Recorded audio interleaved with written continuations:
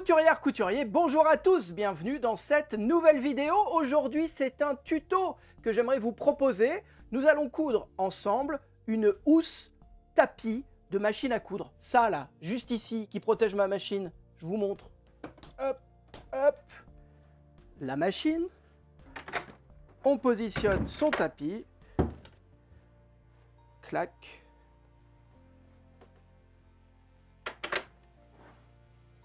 Et hop!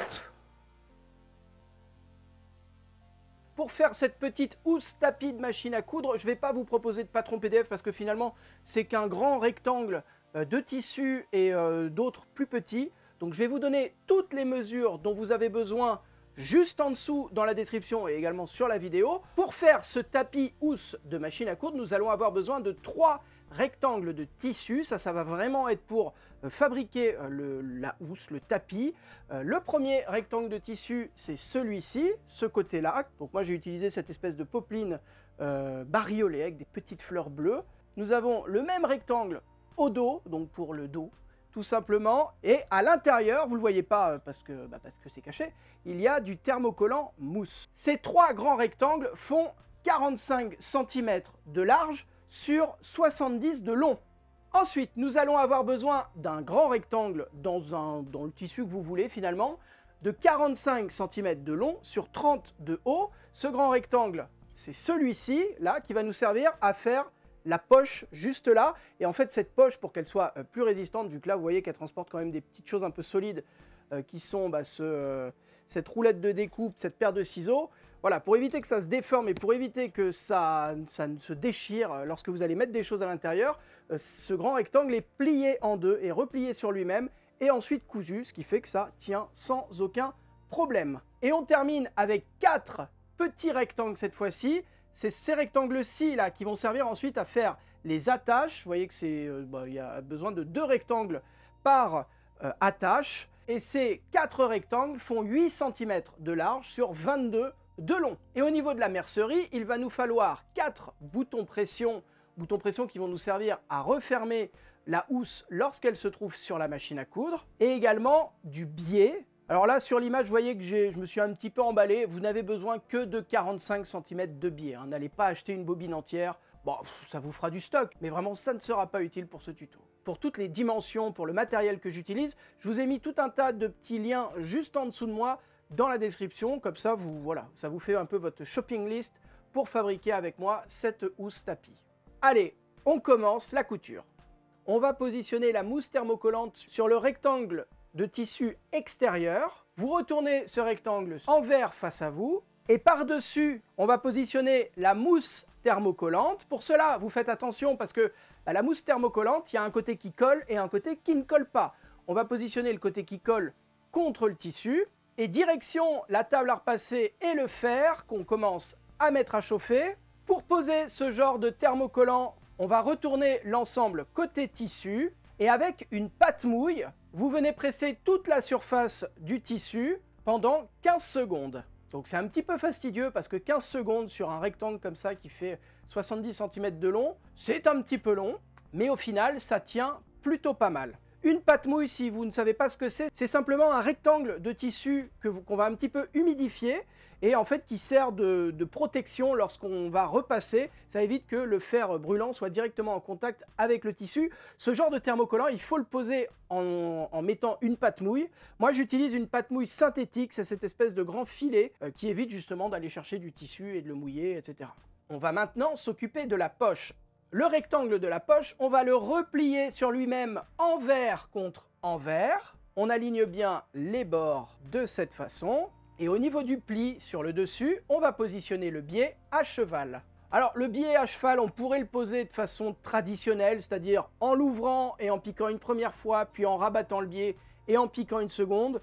Là, j'ai estimé que c'était suffisamment simple, c'est une simple ligne droite, comme ça on n'est pas gêné, on a le temps. Donc je le pose directement à cheval et je vais le piquer en une seule fois. On épingle tout le long et on va piquer au plus près du bord du biais.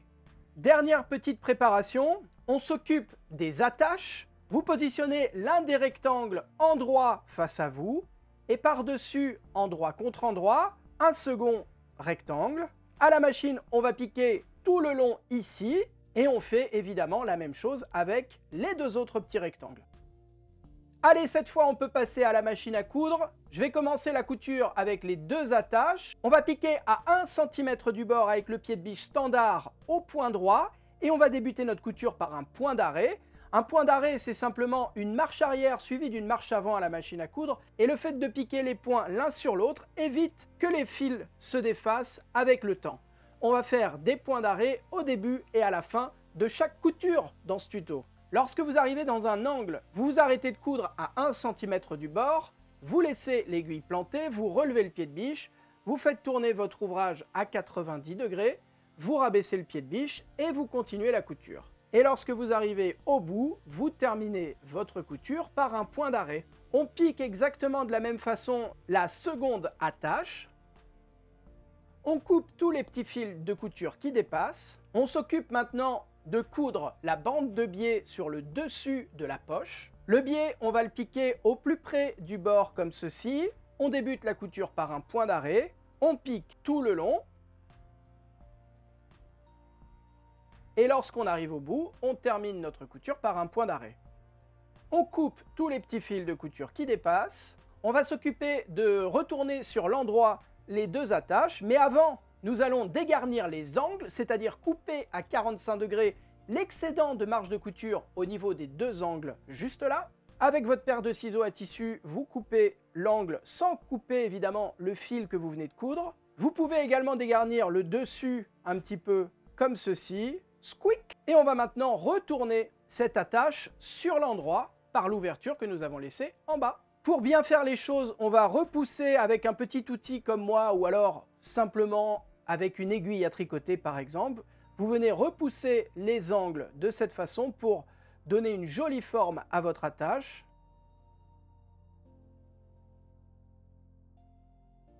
Parfait. Et évidemment, on va faire exactement la même chose avec la seconde attache.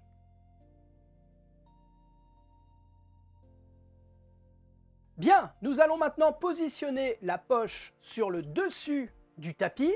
On reprend notre rectangle qui a été thermocollé et on vient positionner par-dessus la poche que nous venons de coudre, comme ceci. On met une petite épingle de chaque côté et en bas pour éviter que ça bouge. Et là, nous allons coudre les différentes petites poches qui sont juste là. Hop là, vous voyez, il y a une poche ici, une là, une là.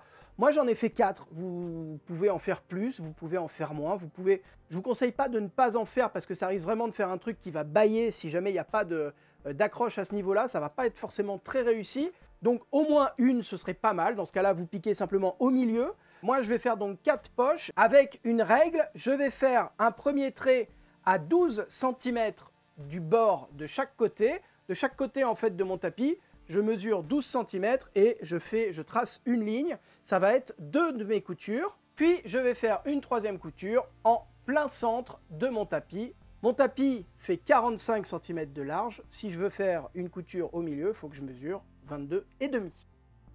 On retourne à la machine à coudre. Nous allons piquer directement sur les traits que nous venons de tracer au point droit. Moi, je vais utiliser le pied de biche standard, mais vous pouvez évidemment changer de pied presseur si vous préférez. Si vous voyez mieux, par exemple, avec le pied à fermeture à glissière, eh bien, ne vous privez pas. Là, il faut être bien précis pour bien piquer droit et pour bien suivre le trait que nous avons fait. On débute, comme à l'accoutumée, par un point d'arrêt. On pique tout le long et on termine notre couture par un point d'arrêt.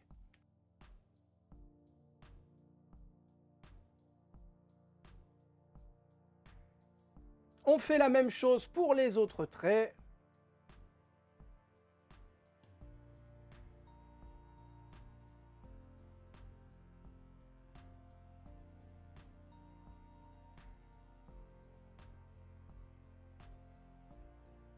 On coupe tous les petits fils de couture qui dépassent.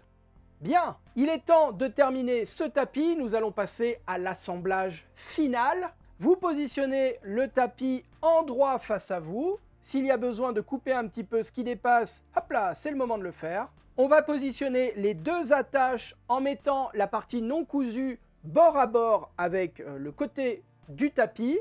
On positionne les attaches à 5 cm du haut du tapis. Donc avec un petit réglé, vous mesurez bien que l'attache est bien positionnée à 5 cm et vous mettez une petite épingle pour éviter que ça bouge. On fait exactement la même chose de l'autre côté avec l'autre attache. Et par-dessus, endroit contre endroit, vous venez positionner le dernier rectangle de tissu qu'il vous reste. Et on vient aligner tous les bords et épingler tout autour.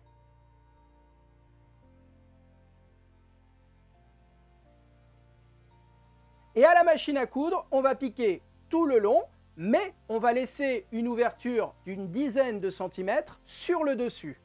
À la machine à coudre, on est donc au point droit avec le pied de biche standard. On débute la couture en faisant un point d'arrêt.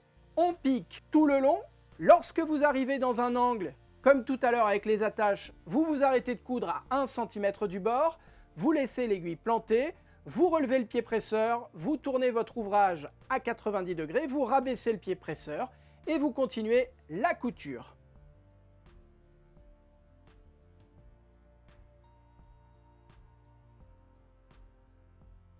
Et lorsque vous avez fait quasiment tout le tour et qu'il ne reste que 10 cm à coudre, vous vous arrêtez, vous faites un point d'arrêt. On coupe tous les petits fils de couture qui dépassent et on va dégarnir les angles à nouveau. Donc rebelote avec votre paire de ciseaux à tissu, vous venez couper à 45 degrés les 4 angles du tapis de cette façon et on va utiliser l'ouverture que nous avons laissée pour retourner le tapis sur l'endroit.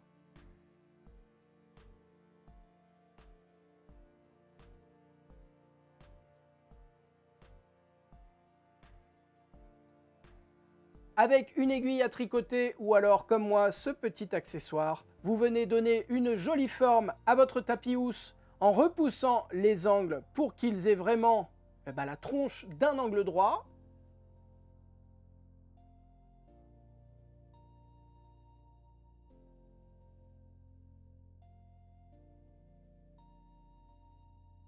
Et il est temps de refermer l'ouverture que nous avions laissée. Pour cela, vous allez rentrer les marges de couture à l'intérieur du tapis de cette façon, mettre une petite épingle pour ne pas que ça bouge. Et à partir de là, il y a deux solutions. Soit vous faites une couture à la main, un point invisible à la main. Moi, c'est pas mon truc, les coutures à la main. Je vais plutôt surpiquer le plus discrètement possible au bord pour refermer cette ouverture. Donc, à la machine à coudre, on est toujours au point droit avec le pied de biche standard au plus près du bord. Idéalement, vous utilisez un fil qui ne contraste pas du tout, voire deux fils, c'est-à-dire un fil. Pour moi, ce qui aurait été idéal, c'est d'utiliser un fil bleu, du coup que vous ne voyez pas, juste ici, il est complètement invisible, et dans la canette, par exemple, un fil bleu clair, de façon à ce que, même de l'autre côté, ça ne se voit pas. Je me suis pas pris la tête, là, j'ai juste utilisé le même fil des deux côtés. Bon, ça se voit pas trop, et de toute façon, j'ai fait exprès de laisser l'ouverture de ce côté-ci, puisque lorsque vous utilisez le tapis, ou lorsque vous le positionnez sur la machine à coudre, c'est toujours la partie qui est cachée. On est donc au plus près du bord avec le pied presseur standard au point droit. On débute la couture par un point d'arrêt. On pique tout le long pour bien refermer l'ouverture que nous avions laissée. Et on termine notre couture par un point d'arrêt. On coupe les petits fils de couture qui dépassent. Et on va maintenant poser les boutons pression. Alors, si vous n'avez jamais posé de bouton pression de votre vie, je vous conseille ce petit tuto, cette vidéo que j'avais tournée il y a 2-3 ans maintenant, qui vous montre un peu tout ce qui existe en matière de bouton pression. Moi, pour ce tuto, je vais utiliser ma fameuse pince prime, que j'adore, qui est très pratique, je trouve, et qui me permet surtout de poser ces petits boutons en plastique. Voilà. On va faire une marque à 1,5 cm du bord sur chacune des attaches. Et on va transpercer le tissu avec la partie de la pression piquante. Et par-dessus, on vient mettre la partie mâle.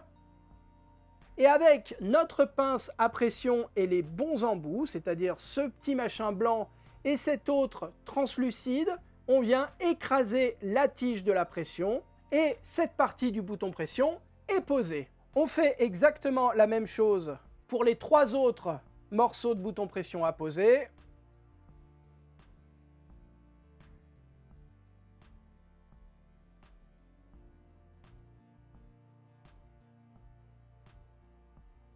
Et on va maintenant poser l'autre partie des boutons pression.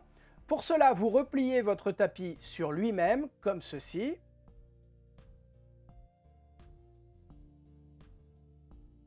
Et on vient estimer l'endroit où positionner l'autre partie des boutons pression, comme cela.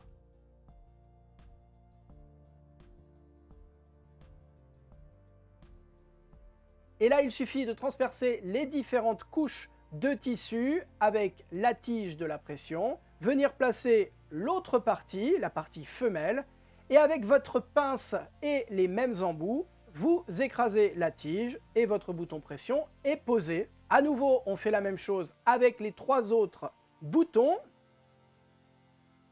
Et puis je crois qu'on peut dire que votre tapis housse de machine à coudre est terminé. Bravo à vous! Merci à toutes et tous d'avoir suivi ce tuto jusqu'ici, j'espère qu'il vous a plu. Si c'est le cas, vous connaissez la rengaine, vous n'hésitez pas à me le dire en laissant un petit commentaire, un pouce en l'air et surtout, c'est le plus important pour moi, en vous abonnant à cette chaîne YouTube. C'est le gros bouton rouge juste en dessous de moi où il y a marqué abonnement ou s'abonner. Il suffit de cliquer, c'est gratuit, ça vous permet aussi d'être au courant lorsque je sors de nouvelles vidéos. Voilà, et moi ça me soutient surtout, ça me donne du baume au cœur. Oui messieurs, dames, ça fait plaisir. Si vous voulez soutenir la chaîne, si vous voulez me donner un petit peu d'argent chaque mois, c'est possible via YouTube. Il y a un bouton bleu, je crois, à côté, qui s'appelle le bouton rejoindre, qui permet ça de façon sécurisée. Voilà, ça aide toujours. C'est pas un besoin vital pour moi, mais ça me permet de faire plus de choses, de potentiellement embaucher des gens pour m'aider à faire ce que je fais, à faire le montage, à faire les tournages, à proposer d'autres tutoriels. Voilà, je ne crache pas dessus, ça fait plaisir, mais rien d'obligatoire, rassurez-vous. Moi, je vous dis à la semaine prochaine pour de nouvelles vidéos. D'ici là, prenez soin de vous, bonne couture, bye bye.